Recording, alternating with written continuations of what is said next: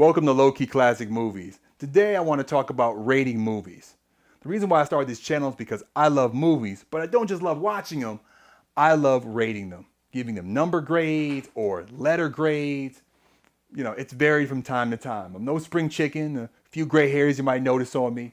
I've been around the block, so I've been doing this in various versions of reviewing movies, TV, music, all that stuff throughout my life. But I'm starting this channel, I'm giving numbers to things, and I thought it'd be cool to have a conversation with my audience about my approach to rating movies. So that's what this video is about. See, for me, ratings are a way to communicate how you feel about something. So I can give a 6 to 10 minute video about a movie, but also it'd be nice to be able to just say it's an 8 or it's a 4, and that conveys something to you that is meaningful. That's what I think is the usefulness of ratings, is that they convey a general idea or feel for a movie without having to go into the minutia. That's why I've never liked the stars thing too much. Like, what's 2.5 stars? I mean, I guess it's average because it's half of 5. What's 3 versus 3.5? Some stuff like that I don't think communicates well how you really feel about the movie. I like a 10-point number scale. It's what I'm using now. I've also used grades, and really you can correspond the numbers to grades. I'm just going to stick with numbers because why do that conversion? And the numbers kind of work for me right now. So if you're watching this video, if you clicked on it, you may like to rate movies yourself. And one thing I love is for people who watch my channel, if they've seen the movie I've seen, to give me their rating. Because the thing about all of this is, it's all subjective. There's no objective truth about how good a movie is. There's no reason why everybody should give even The Godfather a 10. If you watch it and you don't like it very much, it's not a 10 for you. There's nothing you can objectively appreciate the cinematography or the screenwriting, and you can intellectually rate or grade how well the writer or director did or the acting performances or what have you. But the point of a movie is to generate an emotional response. And our emotional responses are subjective. So that's one thing that I used to not quite get that I understand now. And that's why I like hearing from other people, because I want to share my feelings and give people a good idea of what I like about movies and what types of movies I like. But I don't expect everyone to share that exact feeling. I expect it to be similar for people who are similar to me, but it could be very different for people very different from me. And I think the core of what makes this fun is to have your own ratings that you own and that you stand behind, because you know they come from a place inside of you of truth. Now, before I break down the tiers and then the individual number grades, let me talk a little bit about the pitfalls of rating movies. The first thing is that we tend to rate on an extreme. We tend to watch a movie and we come out of it and we generally feel either we love it or we hate it. That's like the general feeling that we get. And the reality is it's a lot more nuanced than that, because there are movies that we enjoy but we never come back to again. There are movies that we regret having gone to the theater to see. And the movies that we watch every Christmas or every Valentine's Day or every Thursday. Like some kids watch, same cartoon, or adults. There's certain movies. Every adult has a few movies that they've seen 100 times. Those are 10s to them. Those are movies they love that no matter how many times they watch it, produce an emotional reaction. Those are 10s. A movie you watch once and never watch again isn't a 10. Because if it was, you watch it again, right? At least once or twice. Maybe not a whole bunch of times. Some movies don't work as well on repeat viewing because of the nature of why they're good. But you should at least hit them up one more time. So the one thing about coming up with ratings is trying to find a way to create different levels of enjoyment, and not at all being a polar 1 or 0. If you want to do a binary rating system, you can, but I don't think that's very helpful to you or anybody else. And there's no much fun in that. You want to be able to look back on ratings you do and think, oh, I like this a little bit, I like this a lot, and compare them to each other. And you may think, oh, wait a minute, I got that wrong because actually I like that more. That's the fun. It's in that minutia, in that detail. But to do that, you have to accept first that there are average movies. There are movies that are just okay. Every movie isn't garbage or the bomb. And I think accepting that is, important to help develop a good, strong rating system for yourself that's consistent. I'm not sure if you've heard of it, but there's something called a bell curve that peaks in the middle and goes down to the side. Ideally, if you have a scale like mine, it's 1 to 10, you want the peak to be at the average at 5. Or I guess in the case of, if you really want to be exact, it'd be 5.5. But for now, I'll just say 5 is average. That's what we're going for here. So you want your bell curve to be there. The reality is it's probably going to slip a little high because nobody goes to see bad movies. So you shouldn't have a whole lot of 1s. You should hopefully have more 10s than 1s, because 1s are the things that you kind of trip over. Like you never say, I want it. Well, I'll say this with one exception. There are movies that are so bad, people tell you they're garbage. You're going to laugh at how bad they are. Those are 1s, but they actually come around and actually entertaining because they're so hideous. But 2s and 3s, very low numbers, you try to avoid those if you're watching movies to enjoy them. So you want to try to create a bell curve with your ratings, but it's kind of difficult too because you're going to tend to favor movies you like. So don't expect a perfect bell curve, but you should hopefully find a lot of movies in the middle of pack of your ratings.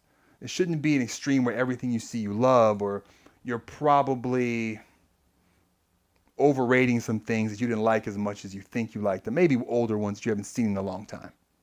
One thing to note too is you shouldn't try comparing apples and oranges. 2 10s that I have are Die Hard and The Godfather. They're nothing like each other, but I love both of them.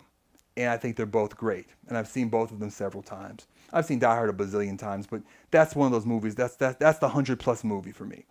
But Godfather is great. I love it. I haven't seen it in years, but I can still remember several scenes from it and stuff. But it doesn't mean that I'm invalidating my opinion by having 2 very different movies that I both love. Because obviously the acting in The Godfather is a whole lot better than the acting in Die Hard, for the most part. But they're both great, and you shouldn't feel like you have to downgrade certain genres or certain types of movies like, slasher movies or rom-coms because they're not like artsy-fartsy movies.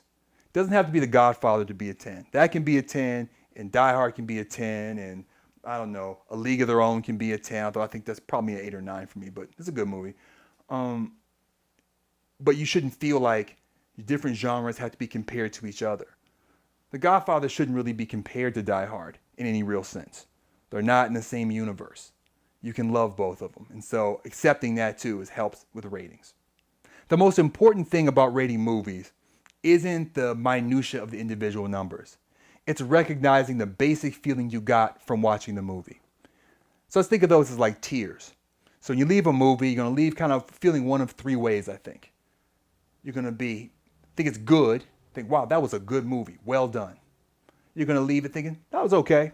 I went and saw it. I'm kind of glad, or I'm okay that I saw it, but I don't know that I'd see it again or I'd recommend it to anybody.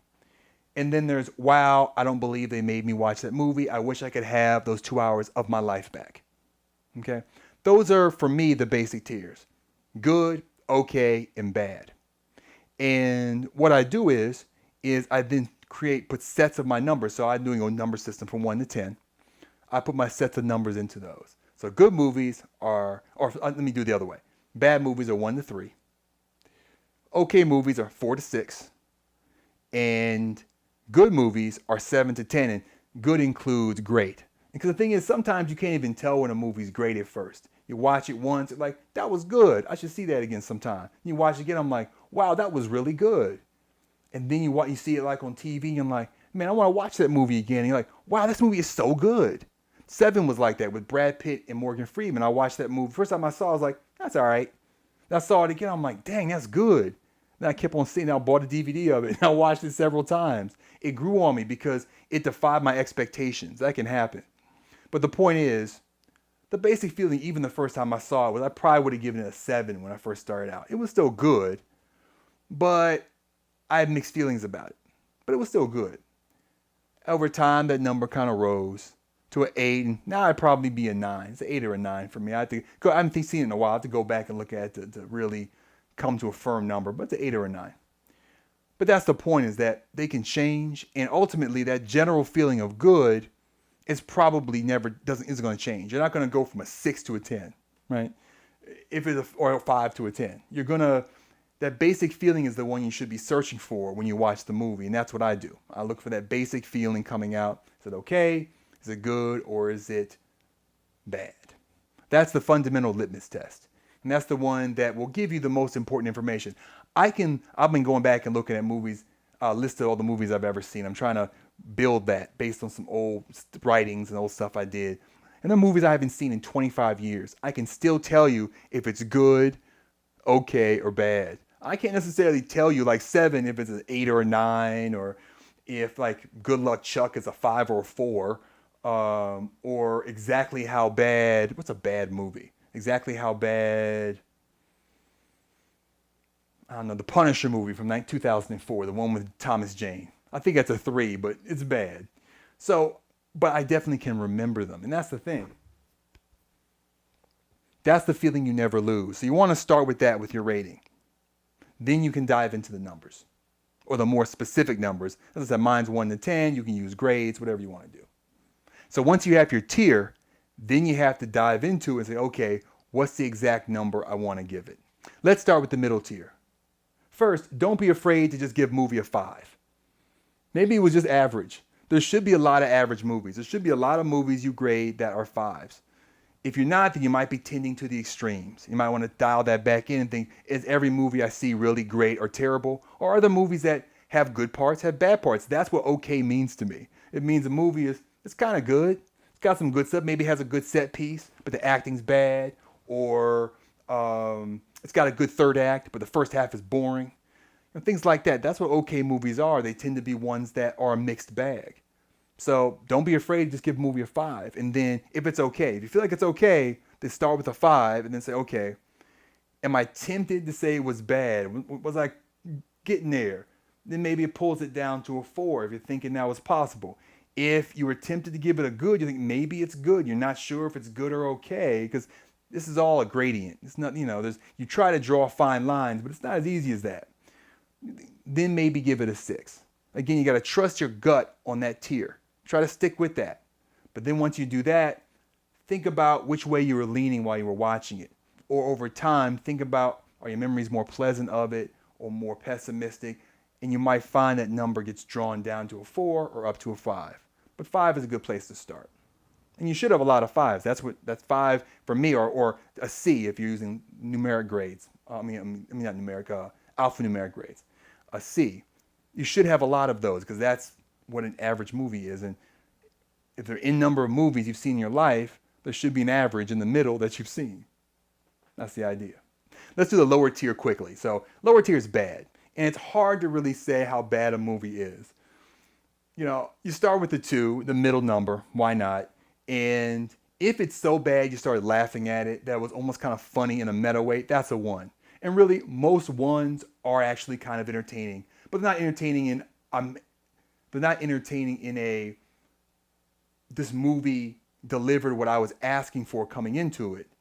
It's funny as in this movie is a total disaster that is hilarious how people who spent their time and effort to make it came out with something so ludicrous. How did this happen? A recent example of that is Terminator Genisys. If you haven't seen it, it's a total disaster. And you have to wonder how it's possible a movie was made that is going off in so many different directions. It's so confusing from scene to scene. It's total chaos, right? That's a 1. Then a 3 is a 1 like the Punisher, an example I gave you, the Thomas Jane Punisher. I saw that a few years ago. It's on my mind.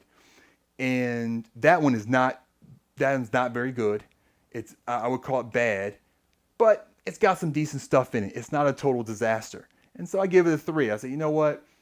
It's bad. I think that's my gut. But there's some redeeming value there, so I give it a 3. So that's how I would navigate for that lower tier. It's not that important, honestly, because it's bad. 1, 2, or 3, who really cares? If it's a 1, 2, or 3, it's a disaster. It's a 1, 2, or 3 really doesn't matter. If it's a 1, it means it's hilariously bad. And so maybe watch it if you want to laugh at a movie. I save the top tier for last because that's where you want to be. That's where it's fun. That means these movies have impressed you. You enjoyed them. You've watched them probably more than once, or at least once, and you have a very pleasant memory of having watched them. So how do you tell what's a 7, what's an 8, what's a 9, what's a 10? Well, first I split 7 and 8 up from 9 and 10. 7 and 8 are good and very good. That's like the good. 9 and 10 are great. 9 and 10 are the things that when they get no awards, I call them low-key classics because they were great movies that didn't really get the recognition they deserved. Those are 9s and 10s. Now, the difference for me between a 9 and a 10 is A 9 might have some kind of glaring flaw in it. A good example of a 9 for me is Die Hard with a Vengeance. I love that movie. I've seen it a whole bunch of times. It's got some flaws in it though that would keep me from putting it on the same level as movies comparable to it. And this is where comparing to other movies is helpful. So if I compare it to the first Die Hard, it's not as good as the first Die Hard. I wouldn't want to give them the same grade. So I give it a 9. But it's a great movie. It's a low-key classic for me. So I give it a 9. That's the best way to do 9s and 10s. Is a 9 is a way to differentiate the two levels of the movies that are the really truly great movies that you've seen in your life. 7 and 8, well, I think 8 to me is what I would generally give a movie that I think is good. And then if there were pretty weak moments, that are cringy or questionable moments, serious flaws in it, maybe pulls it down to a 9. The recent Dungeons and Dragons movie, which was a pleasant surprise if you haven't seen it, that's a good movie. It's a very good adventure movie. But I give it a 7. And the reason why is because there are some flaws in it. There's some kind of goofiness going on there. It's definitely hard to remember the details at this moment. But my gut was good, but with some reservations. And that's what a 7 means to me. Now, as I said before, sometimes it takes time to recognize greatness, or sometimes to realize how bad something is. So if you watch a movie again, don't be afraid to change your rating. We change over time. I think there were movies I loved when I was a kid. I watch them now, they're still good, but they're not as good as I remember. And honestly, there are a few that I can't believe I actually liked that are terribly made. But that when I was a kid, I loved them because I didn't really have a developed palate yet. It was all I was seeing. And so once you see more and more movies you see, the more refined your individual subjective palate is. And you go back and watch older movies, some age well, others don't. But that's the refinement of your own palate, of your own taste in movies. And you should be happy to have it change over time. That means you're growing and changing as the movies you see give you experiences that affect you, which is what we're looking for. In the end, movies are an emotional delivery system. They're supposed to give you experiences that you enjoy, that you relish in. And that's why we do stuff like rating them and making videos talking about them. Because they're meaningful. They're stories that are meaningful in one way or another to us. And that's why I made this video, because I wanted to share kind of this whole process for me, but really talk about what it means to like and dislike movies and why some of us find ourselves liking to give them ratings. So I hope you enjoy watching this. Please like and subscribe if you made it through this whole video. And please check out some of my other videos. If you made it this far, I should be putting a video up here for you to check out. Probably my latest one or the one that's been liked the most. I don't know. I'm still working on figuring out this YouTube thing. But I hope you liked listening to me talk about good movies and bad and how to try to sort out which ones and make a list for yourself of the best and worst movies you've ever seen. Anyway, thanks for watching Low Key Classic Movies.